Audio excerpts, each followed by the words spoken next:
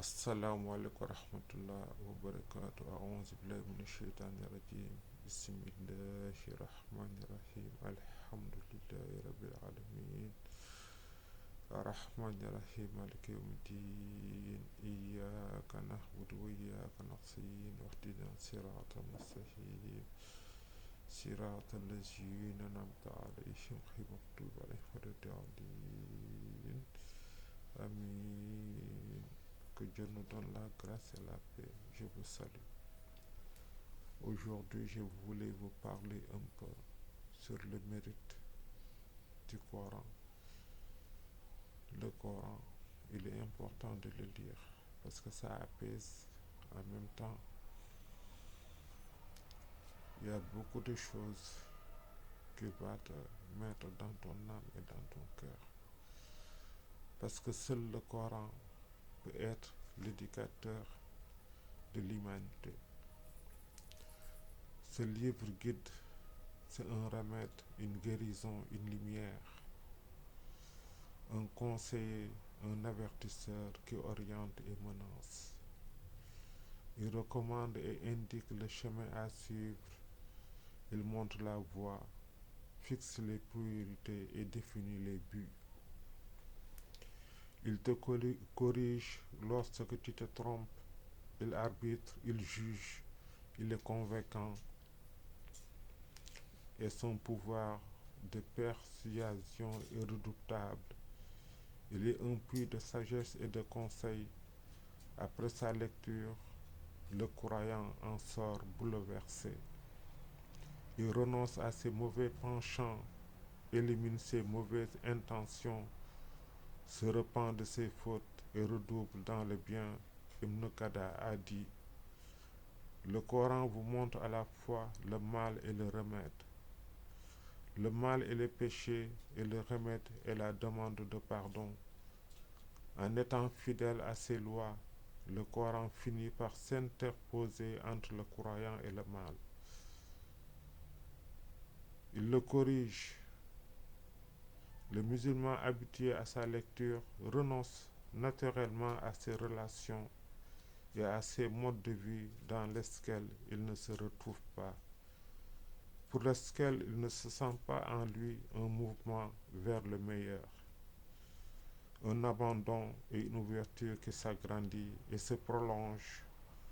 Il choisit d'aller vers l'essentiel et de fuir le futile. Il choisit de se prendre en charge, de ne pas laisser croire l'autre responsable de ses besoins ou de ses sentiments.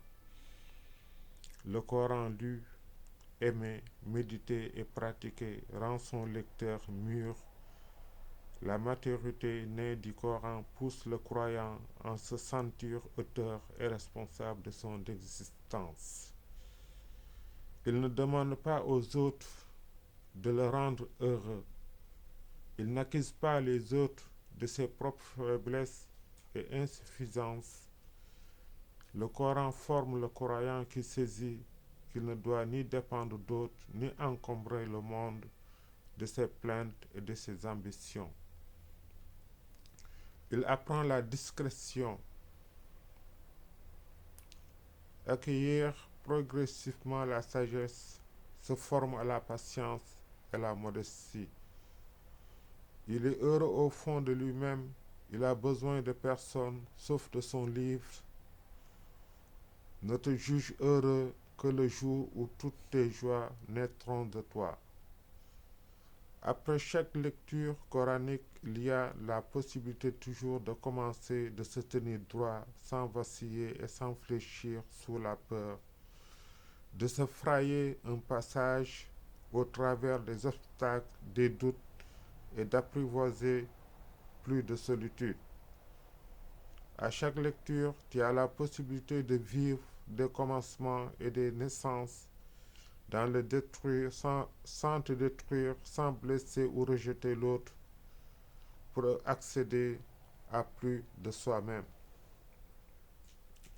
Ceci, le Coran constitue pour les hommes une source de clarté, un guide et une miséricorde pour des gens qui croient avec certitude.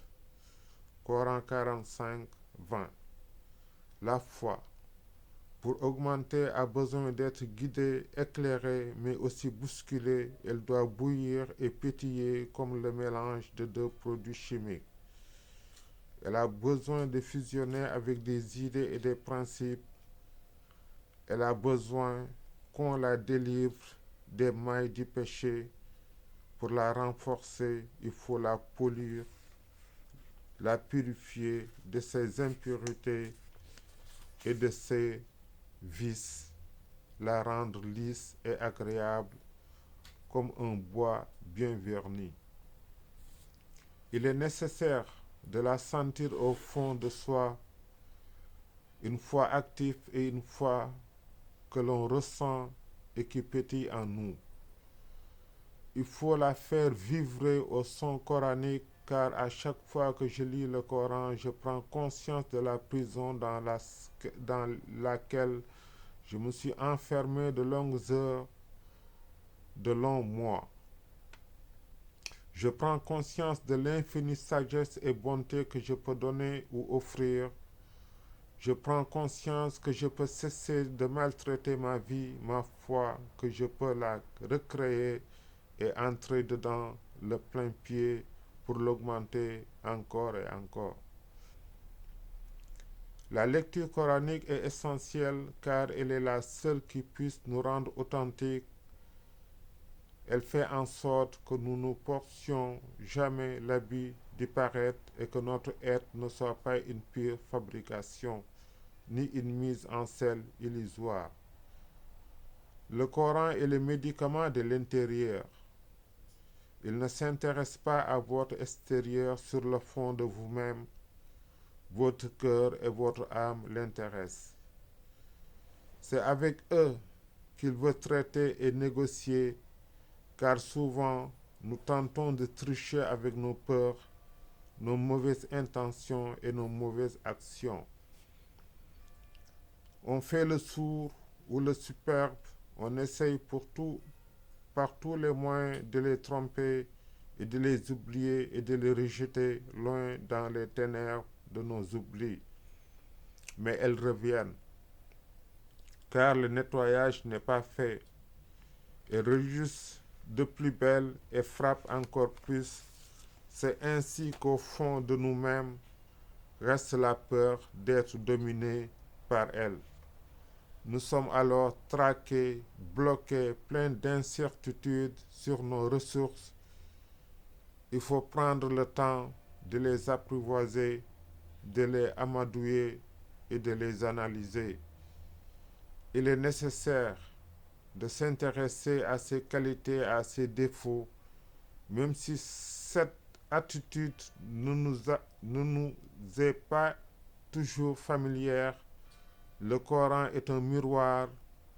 Chaque fois que tu le lis, tu vois refléter tes négligences, tes manquements, tes désespoirs et tes péchés. Tout remonte en surface, tout est parfaitement visible et tu vois alors ton être se décomposer par la peur du châtiment. C'est la naissance douloureuse des larmes avec son lot de regrets et de chagrins. La lecture du Coran doit permettre une prise de conscience de son état spirituel pour réveiller le croyant de sa situation d'échec et de baisse de foi. Quand l'éveil spirituel est en route, alors nous envoyons notre âme en éclaireur vers le ciel et nous disposons à la suivre. Et surtout, sachez bien ce que vous voulez être. Décidez de la route que vous voulez prendre pour passer votre vie et tâchez de la semer de fleurs. Quiconque, mâle ou femelle, fait une bonne œuvre tout en étant croyant, nous lui ferons vivre une bonne vie et nous les récompenserons certes en fonction des meilleurs de leur action. Bonne journée, que Dieu nous donne la grâce et la paix. Assalamu alaikum wa rahmatullah wa barakatuh.